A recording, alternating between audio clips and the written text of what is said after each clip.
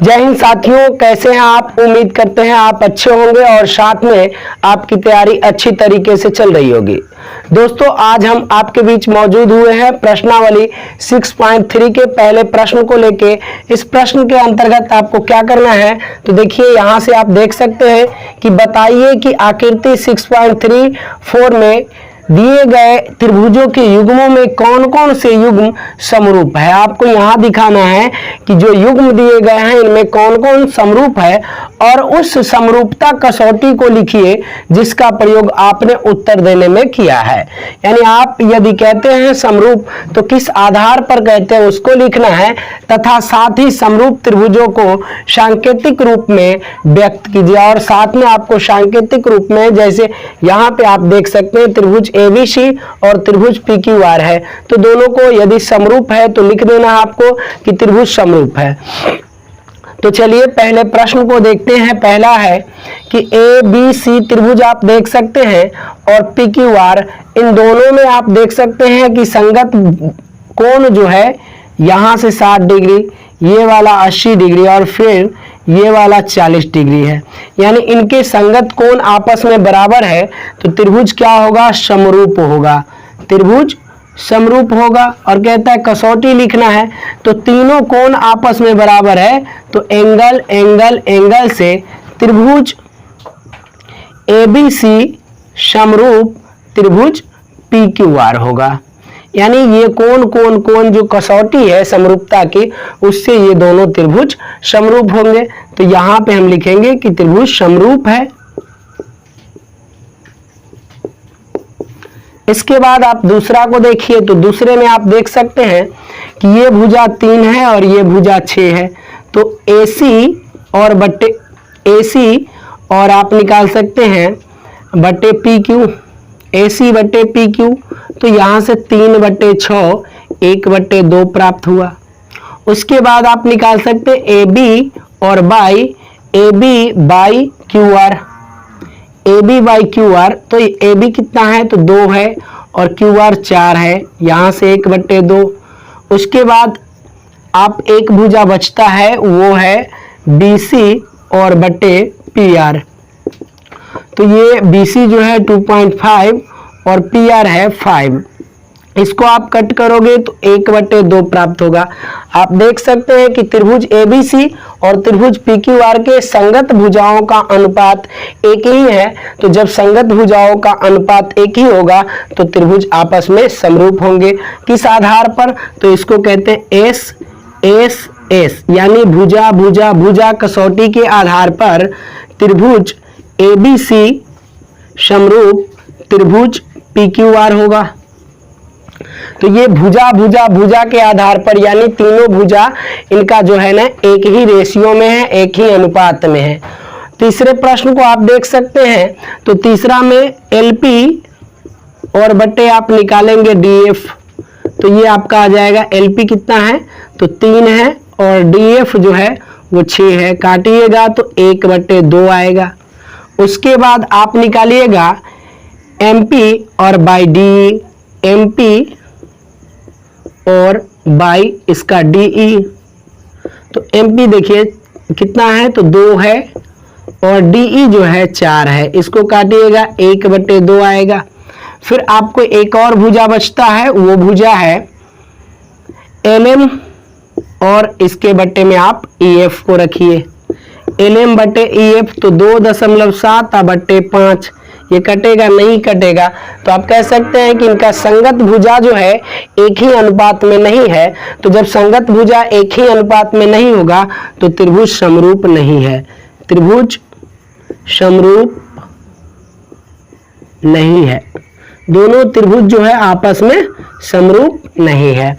ठीक है। उसके बाद चौथे प्रश्न को आप देख सकते हैं, तो चौथा प्रश्न में आप देख सकते हैं एक कोण के बराबर है। तो इसको लिखेंगे कि कोण M बराबर कोण Q, कोण M बराबर कोण Q। और देखिए ML और MN, यहाँ भी इन दोनों भुजाओं के बीच 2.5 और 5 के बीच कोण बन रहा है और यहाँ भी 5 और 10 के बीच कोण बन रहा है। तो देखिए MN बटे हम लिखेंगे PQ और ये कितना आएगा तो mn जो है 2.5 है और pq कितना है, तो pq आप देख सकते हैं 5 है, इसको कट कीजिएगा 1/2 आएगा। उसके बाद आप देख सकते हैं ml और बाई QR को हम लेते हैं तो ml जो है 5 है और QR 10 है, इसको जब कट करोगे तो 1/2 आएगा। यानी दो भुजा का अनुपात सेम है, दो भुजा का अनुपात सेम है और एक कोण भी सेम है।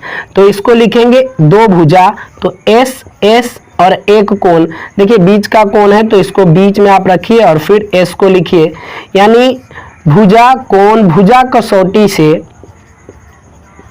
त्रिभुज MNL समरूप त्रिभुज PQR होगा।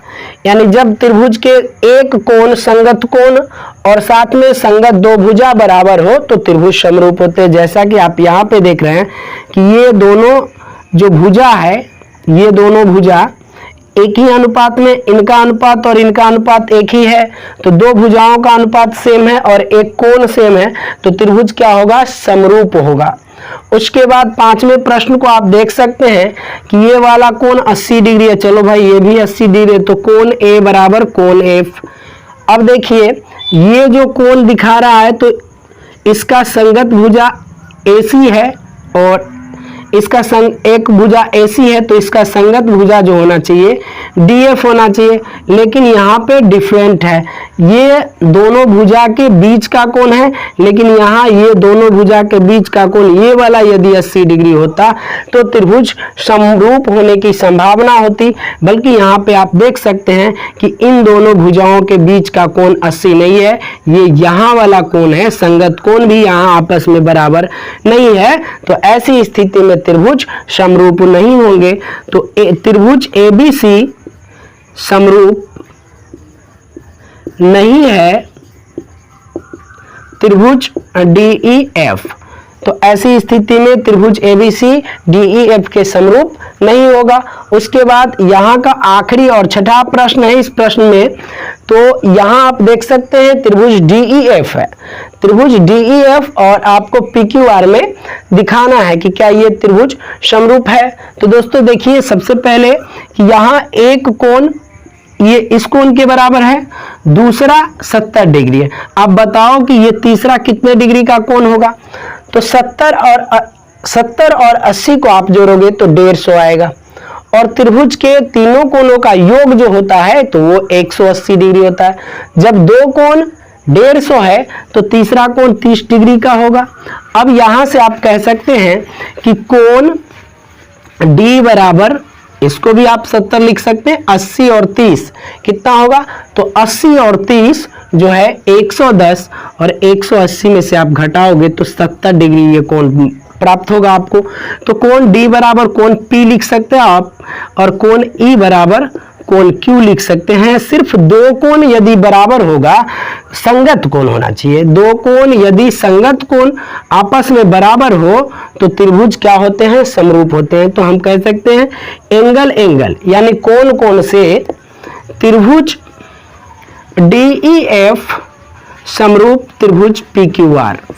यानी हम कह सकते हैं कि त्रिभुज DEF और त्रिभुज PQR समरूप है, क्योंकि यहाँ दो कोण इसका यदि आप निकालते हैं तो तीनों के तीनों कोण, यदि दो कोण किसी त्रिभुज का बराबर है तो तीसरा तो ऑलरेडी बराबर होगा। तो यहाँ से कोण कोण से त्रिभुज DEF और PQR समरूप होगा। तो दोस्तों यदि ये वीडियो आपको अच्छा लगा है तो इस वीडियो को एक लाइक कीजिए और साथ में चैनल से जुड़ जाइए, जिससे कि इसी तरह के बेस्ट वीडियो आपके लिए मैं मुहैया कराता रहूंगा और आपको उसका बेनिफिट मिलता रहेगा। जय हिंद, जय भारत।